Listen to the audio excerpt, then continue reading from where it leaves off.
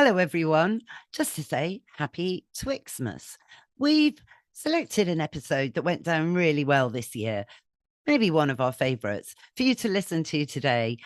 And as ever, this episode is also powered by Antonol.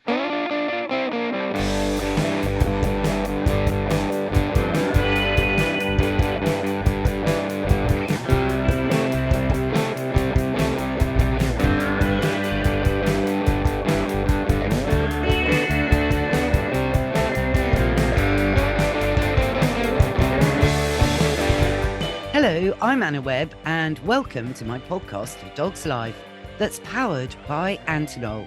On today's show, I'm delighted to be talking to Katrina from Katrina and the Waves, all about poodles.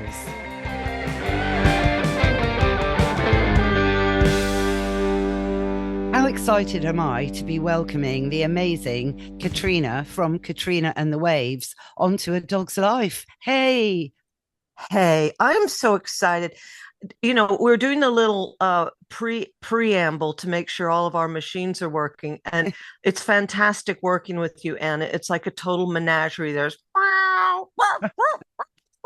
and having to gather everybody up. I think it's a perfect backdrop, don't you? I like a little barking in the background. It's comforting. It is comforting. No, of course it is. It's just Prue can get very persistent. So she wants to be in here with everyone. So on my left, I have Baggy on drums. That's Baggy, the feral tomcat. On my right, I have Prudence, the miniature bull terrier.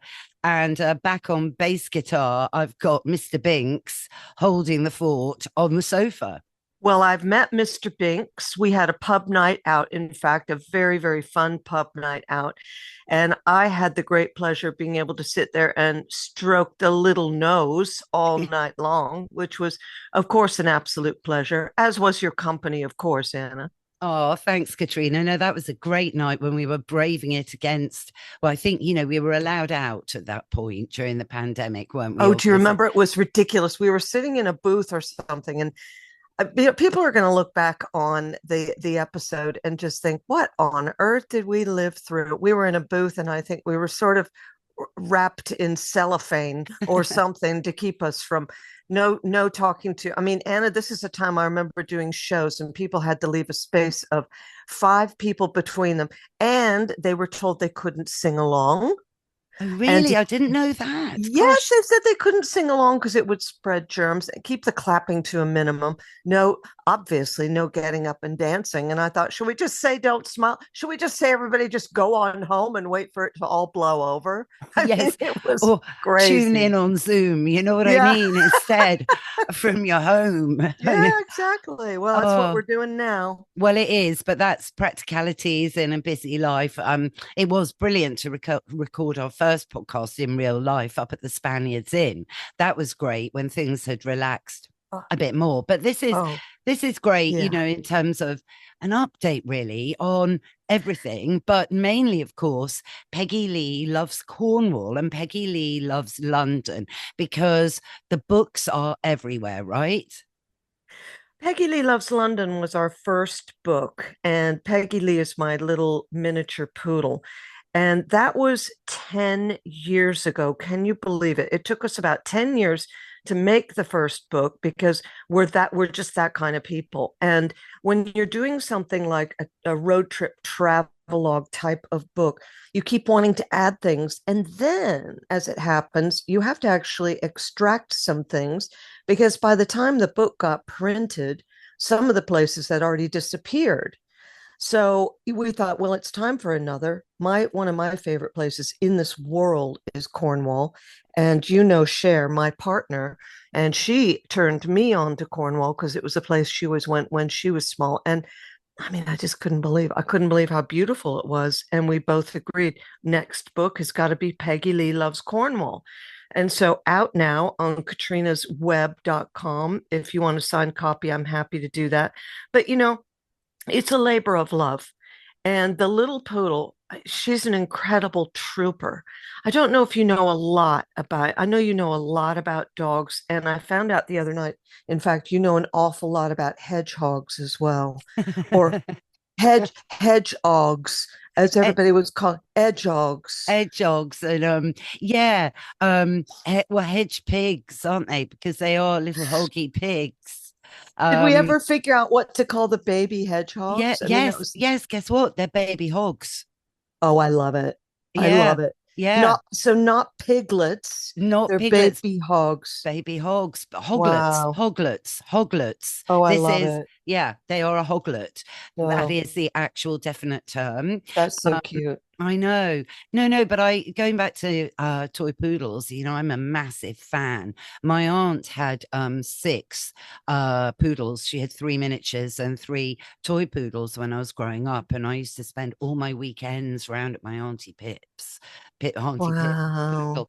Yeah, and she had one that was called Poppet, that was a little brown toy that missed my Auntie Pip's husband so much Yeah. that Yeah. she just stayed by the front door the whole time, pretty much. Wait, Oh, that's tragic. I Yeah, know, yeah. waiting for his return. Oh, wow. I mean, with little Peggy, if Cher goes out or if I go out somewhere, she does spend the entire time looking at the door. And I said to Sherry, God forbid one of us, we need to all die at exactly the same time for the sake of this poodle. They're little humans, they're extremely sensitive. But in that, she made a great subject because, like I said, she's a trooper, but she actually I feel like she enjoyed the work.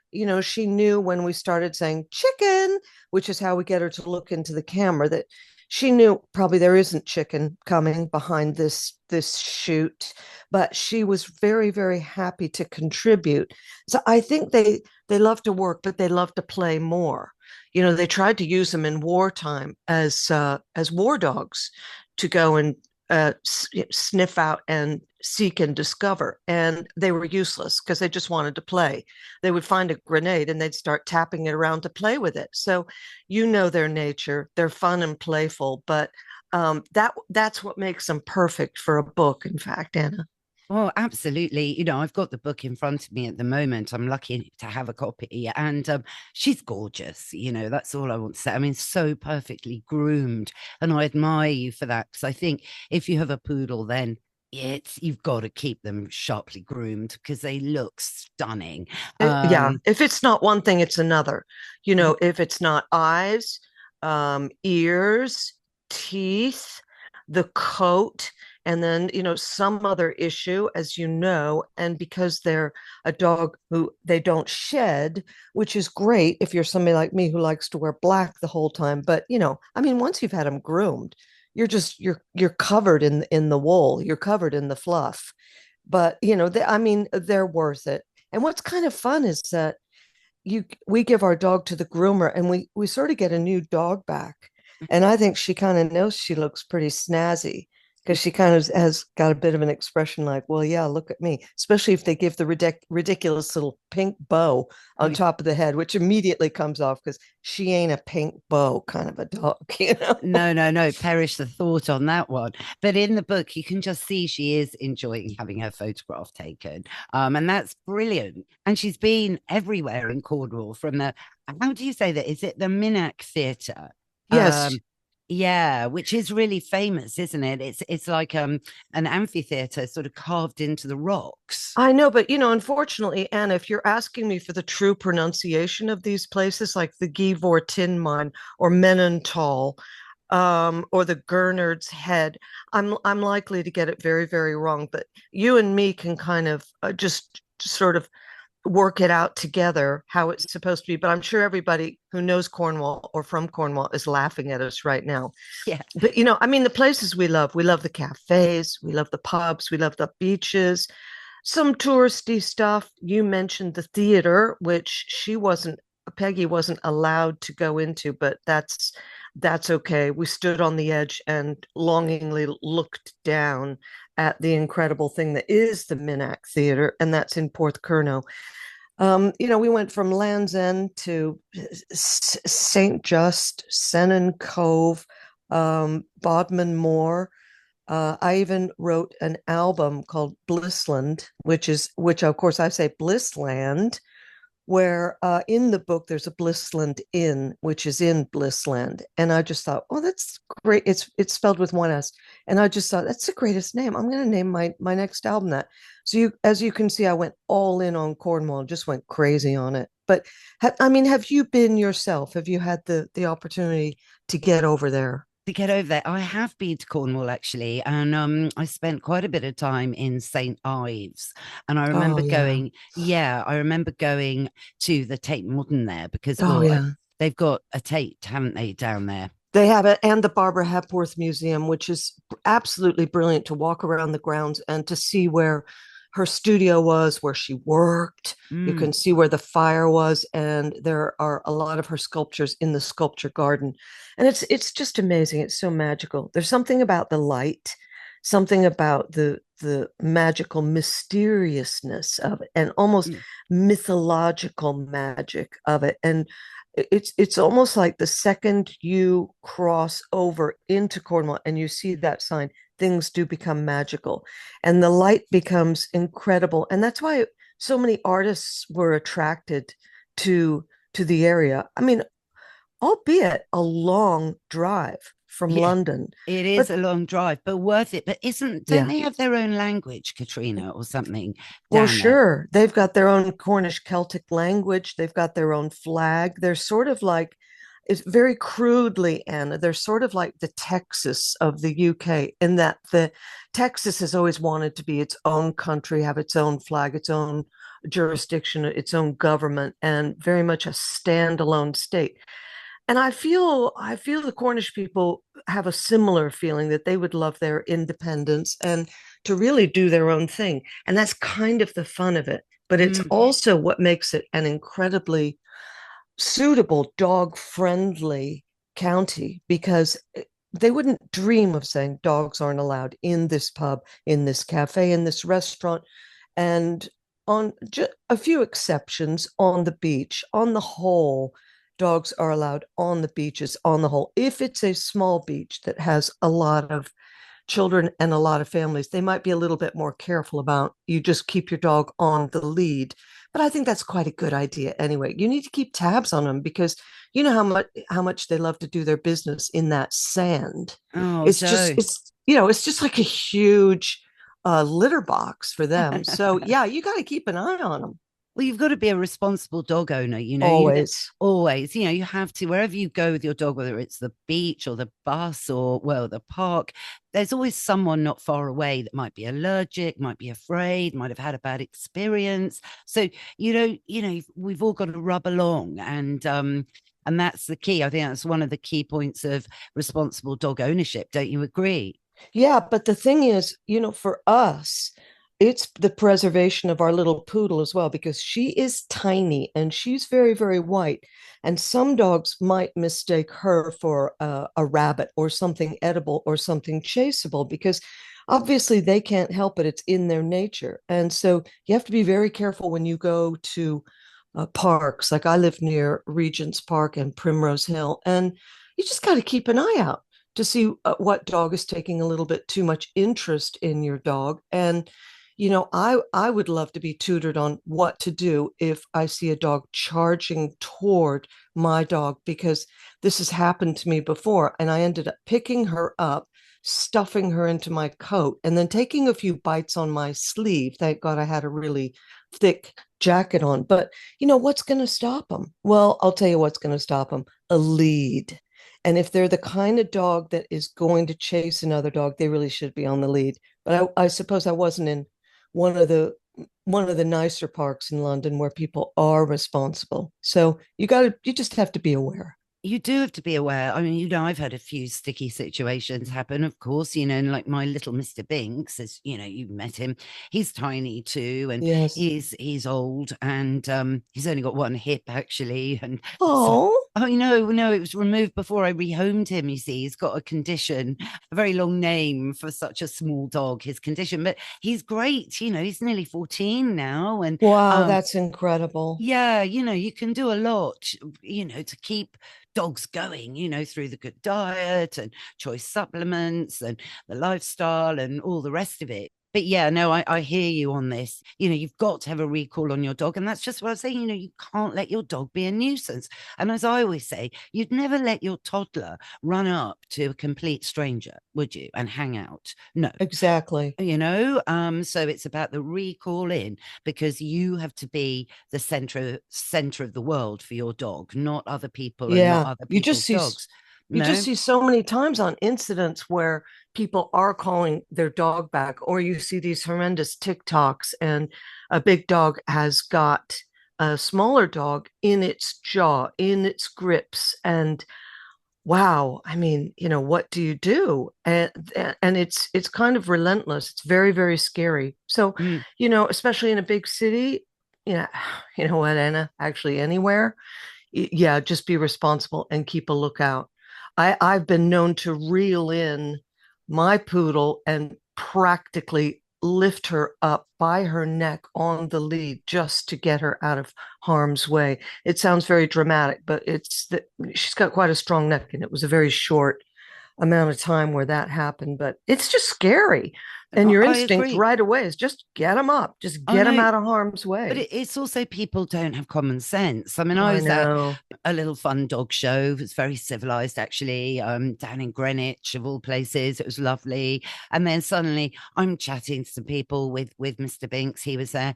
And suddenly there's this guy with this very young, big, boisterous golden retriever, the golden retriever pulling this chap along, like, and he's saying, I'm sorry. And I'm thinking, what is going on? And he goes, oh, Wow. my dog just has to say hello to your dog. Now, you see, hang on a minute. It's like totally, I can't bear seeing that, because the dog's out of control, basically. He's pulling his owner along. Very big, bouncy golden retriever, sure, known to be quite a soft-mouthed dog. But, Mr. Binks is 14 and 9 inches high. This is a young, boisterous dog with very big feet, very strong, heavy dog that, I don't want him. I mean, Mr. Binks can't even reach his bottom to do a mutual bottom sniff. So it's like, hang on. And so I said, look, I'm awfully sorry. And I explained very nicely that there was a bit of a size differential going on with the dogs, and a bit of an age differential. And I was actually having a nice chat with a friend. And please, could we do this another time? Yeah. Yeah. Um, because it's not up to his dog to decide to do that in the first place. Are you with me? I mean, if the No, I owner mean, if had been Miss, leading the dog, but the dog was leading the owner and had targeted Mr. Binks. So I wasn't happy about it. It's 1 foot on Mr. Binks's back could have broken it, to be yeah, honest. exactly. I mean, if You know? Mr. Binks was a human, he'd be on a walker and, be infirm and be bent over. And would you any more allow a dog to jump up on in that situation? It is kind of a thing where people say, "Oh, can my dog just say hello?" I'm afraid our little poodle, she thinks she's a human being and she doesn't have time for any other dogs. She'll kind of endure them if she has to, like if we're in the pub and our two dogs are there, but don't expect Mr. Binks to get much of a look in. But when people say, can my dog just say hello? And then when you say, I never know what to say because I don't want to be really mean, but I usually just say, well, she's not great with other dogs. But sometimes you have to be really firm, especially when people come over and they have a child with them. Can my child just say hello? Well, Peggy has never, would never bite anyone, but I know she's not really enjoying having a clammy little hand Exactly. pull her ears. Your dog is not there to entertain everybody. Yes. That's the thing. No, I hear you, Katrina. I so do. I mean, gosh. But you did this amazing single, didn't you, with the poodle driving a car, which I absolutely loved. Oh, So she is totally multi-talented and well, far more interested in doing brave adventures behind the wheel than talking to toddlers. oh, well, I wasn't quite sure which video you were talking about, Anna, because I've used her in all of them practically.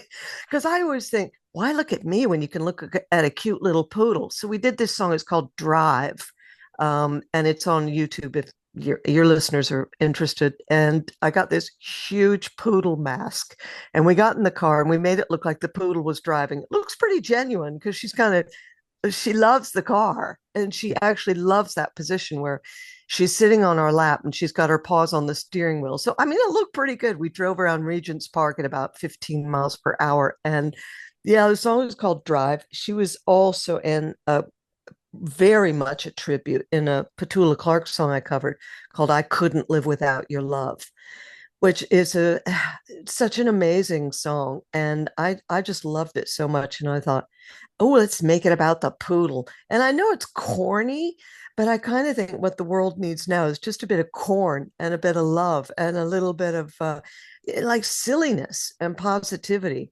So, I really don't mind because you could take the sentiment of I couldn't live without your love and have a smoochy, boring old video. Oh, what's that? Let's see a poodle.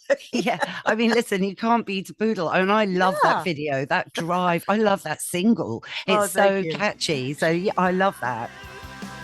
I just wanna drive, master of fate, feeling alive, yeah.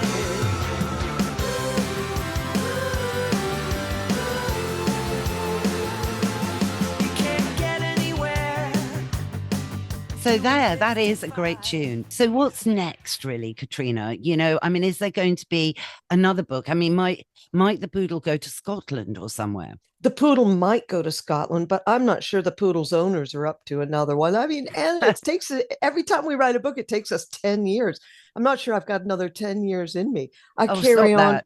I mean, I'm going to Oslo today for a show. Next week, I'm in Poland. So, Norway, amazing. I've never yeah. been to Norway and I Well, love you're half it. Swedish. I am, I know, and I've done Denmark, done Sweden, but I've never been to Norway. Anna, it is gorgeous. I know, I bet. You want to head north. You want to go to the Sami country where they've got the reindeer, and it's incredibly beautiful. There aren't that many people there. They've got loads of money since they discovered a huge amount of oil in the North Sea in the 70s. So now I think they think they're quite cosmopolitan, but beneath it, they're sort of basic cavemen, the Norwegians still, and they love to sit in a circle. If you've got a fire, that's perfect for the middle of it, and not really say anything. They love to look at the stars, and they're kind of yeah, cavemen, very very in tune, in touch with nature, and I love them about them. Yeah, I'm doing a festival with Susie Quattro, so I don't know these American women who come and live in the UK and then never stop. What are we going to do with them, Anna? I think, it's brilliant. I love Susie Quattro. And Me too. obviously I do the dog slot with Joe Good on well, it's BBC England now. Wow. Yeah, not just BBC London. We're well, we are global, really. I'm joking. But I remember being in the building when Joe interviewed Susie Quattro, actually, and I was so excited. So I sat with the producer, and that was brilliant because Devonmere Drive, I mean, that was my era, Top of the Pops, and those leather trousers. Oh. Yeah, I mean, can. The thing about Susie is she had a very, very definite image, but she very much influenced Joan Jett and a lot of rockers that came after her, predominantly Joan Jett, but Susie's full of beans. She's always up to something. But great fun to watch and still amazing. I think she's 75 and she's still incredible. Wow, wow. No, of course. So, Joan Jett, because that all takes us back, of course, to Blondie and the fact that you did record one of your albums in New York, close to where, it all happened with Blondie, right? I think. That's right. And I wanted to get that New York vibe. I wanted to get the Lower East Side vibe. So I worked with a guy called Jimmy Bones. And you've got to say, well, of course his name was Jimmy Bones, a Lower East Side cat. He's just very, very cool. And he had played and worked with Debbie Harry and with Blondie for a long time. So I thought, okay, this guy's going to have it. In fact, he's the one I did Drive with, the video that hopefully Mike can get up.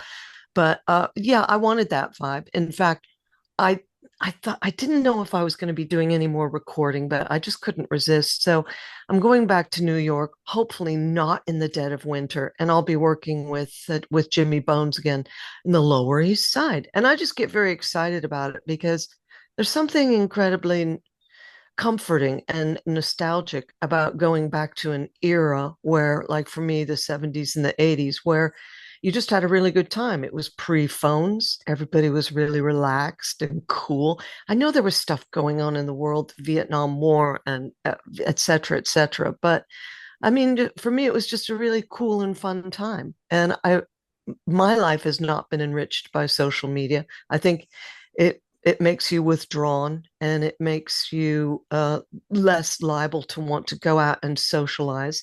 And I mean, on that note, come on, Anna, let's go out and get a beer sometime with our dogs. We gotta keep going out and having beers with our dogs. It's the only thing to do, and talk about the past. How about that? Yeah, no, I'm totally up for it. I mean, look, Love it. I'd love that because I agree with you with social media, and yeah, let's not get too heavy about it all. But I also believe that, a dog is for life and not just for Instagram. And yeah, all of that. So yes, yes. I mean, look, while it's summer, so when you're back from your next tour, and everything, let's sort it out before winter strikes. Yeah, 100%. I mean, we could meet at the lovely Spaniards I mean, there's so many places that are incredibly dog friendly, and the Spaniards is always really good fun. And if anybody doesn't know about the Spaniards, it is haunted, but it's absolutely amazing. It's up near it's near Kenwood House, Yes. in Hampstead. Yeah, it's great. It's great. And they used to have that dog wash in the car park, which is no longer. I don't know what it is. No, that Do you was so remember? handy. Yeah, yeah, particularly for a white poodle, after a little walk around the Kenwood area and stuff. Well, for Yeah, sure. We need some recommendations from your viewers and listeners for yeah. another great place to take our dogs, a great dog-friendly pub, because hopefully around London, because I live in London and I don't want to go too far. Just for Guess the what? poodle's sake. What? Well, Marylebone is becoming more and more and more dog friendly. Oh, And, good. I'll meet you there. I love that. And yeah, so there is a hotel that is setting up. What are they calling it? Calling it a pour a la carte. So anyway, it's Or going the to have dog's dinner. yeah, yeah, yeah. So just like a brasserie menu, so quite French. So there might just be, some delicious sausages. Oh, how fun. Are you Yeah. allowed to say where or what? Or maybe you Yes, well, can the post it. Marylebone Hotel. Let's say it. Let's give them a Oh, plug. cool. Okay. So, and they've got this super brasserie, and they were just saying, so many people come in here and just sit and have a coffee with their dogs. And I'm going, well, that's Aw. brilliant. So, let's offer them an offering. Hopefully that's going to be happening. So when it is, let's go and maximize that. Can't wait. That'd be Okay, fantastic. Fantastic. Well, look, have a brilliant time in Oslo. And Thank you, Anna. Thank you so yeah. much for the chat.